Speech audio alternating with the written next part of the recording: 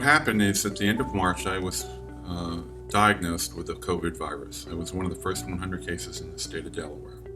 And in that diagnosis, I was told to stay home, which I did. I had a cough, I had a fever, and I was very tired. Kind of felt like a flu. Within a week, I felt okay. My temperature broke.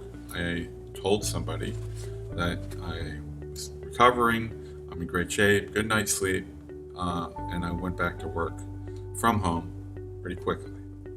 The next day, on Friday, however, the symptoms came back, and then in addition to the cough and the fever, being tired, I started having trouble breathing. I didn't know it at the time, but by Sunday morning, I knew I was having trouble breathing. I was making weird sounds, and we talked to someone at the hospital which I work at, and he said, "You need to get in the ambulance and get here." It was the last thing I remember before I woke up.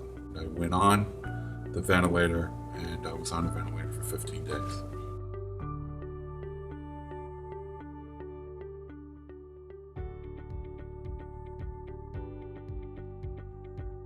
During that 15 days, my wife had to carry this load. With others, just built a tremendous prayer network to pray for me and pray for her, pray for our family. The only concern was I going to make it? So the doctors informed me, and different clinical professionals have told me that my chance of survival when you're on a ventilator for 15 days, that you could 15%, 20%, maybe 25% survival rate. The person I trust the most, Dr. Salvatore, indicated that based on the condition he saw me in when I was on the vent, he goes, "You're lucky to be alive. You had less than a 15% survival rate."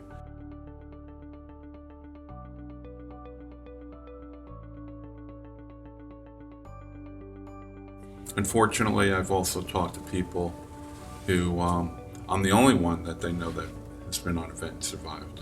So I know that God brought me back for a reason, and that part of that reason is to share that prayer works. The interesting thing, and I didn't know until later in my recovery, is that there were groups at this church, at other churches, Bible study groups, prayer groups that were praying for me in 9 different states. There were people in Maryland, Delaware, New Jersey, Pennsylvania, Georgia, Florida, Oregon, California, and I probably forgot one other state.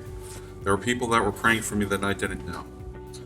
After I got home, there were people that I saw on Facebook that had gotten the report that I had survived and I was home. I started interacting with them. And sister, brother in the Lord did not know me from Adam. It's just amazing how much what God did in my life was a testimony to them.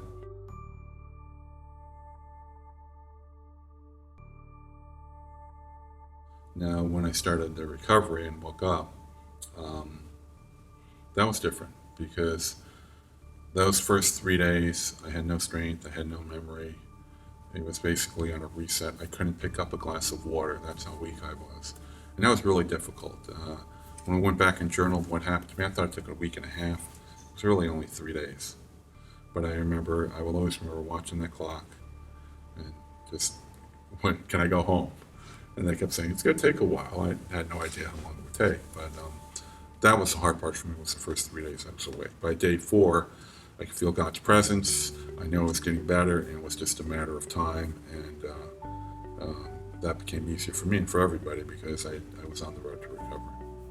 Beyond recovery quickly, which is a miracle in itself, the miracle that I'm not dealing with some of the long-term effects of the virus and the medicines I am on is kind of a third part of the miracle. It's God and prayer, and it's all the people that lifted me up, plus the clinical team. I mean, there were over 100 people that were involved in my recovery, and some of them were Christians, and they were praying for me, and I was covered with prayer by so many people, and I'm grateful for that.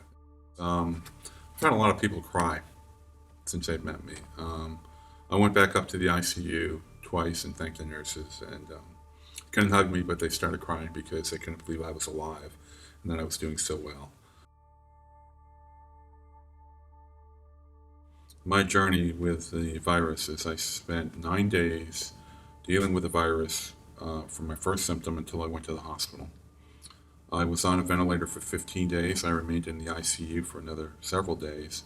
Then I went to a recovery unit for another week and a half. So overall, I spent about 4 to 5 weeks between hospitals and the initial symptoms. Beyond that, I had home care for an additional 2.5 weeks. And so overall, I was at about 7 or 8 weeks before I returned to work. So on April 23rd, I felt it was time to pick up the Bible and look at it again. And it was just amazing. It was on that day that the devotional was around Psalm 30. When I read it, I was just blown away. I will extol you, O Lord, for you have lifted me up, and have not let my foes rejoice over me. O Lord my God, I cried out to you, and you healed me. O Lord, you brought my soul up from the grave. You have kept me alive, that I should not go down to the pit. It's amazing how God works, because what were the odds that it would be on that day, and that would be the scripture that would be there for me? And it was a reaffirmation for me, again, of how powerful He is.